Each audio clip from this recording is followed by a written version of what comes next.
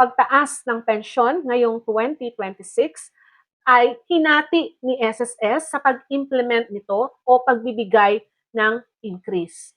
Hinati ito sa dalawa, na kung saan noong last June 1, 2026 ay may nakatanggap na ng increase. Ito ay napaaga. At ito ang mga SSS pensioners na as of May 31, 2026. Sa darating na September 1, 2026, may pangalawang batch na makakatanggap ng pension increase para sa taong 2026. Alam niyo po ba kung sino sila? Ito yung mga pensioners na ang kanilang date of retirement, date of disability, at para sa mga survivors, date of death ay June 1, 2026 hanggang August 31, 2026. So sila po yung mga pensioners na makakatanggap sa September 1, 2026 ng pension increase.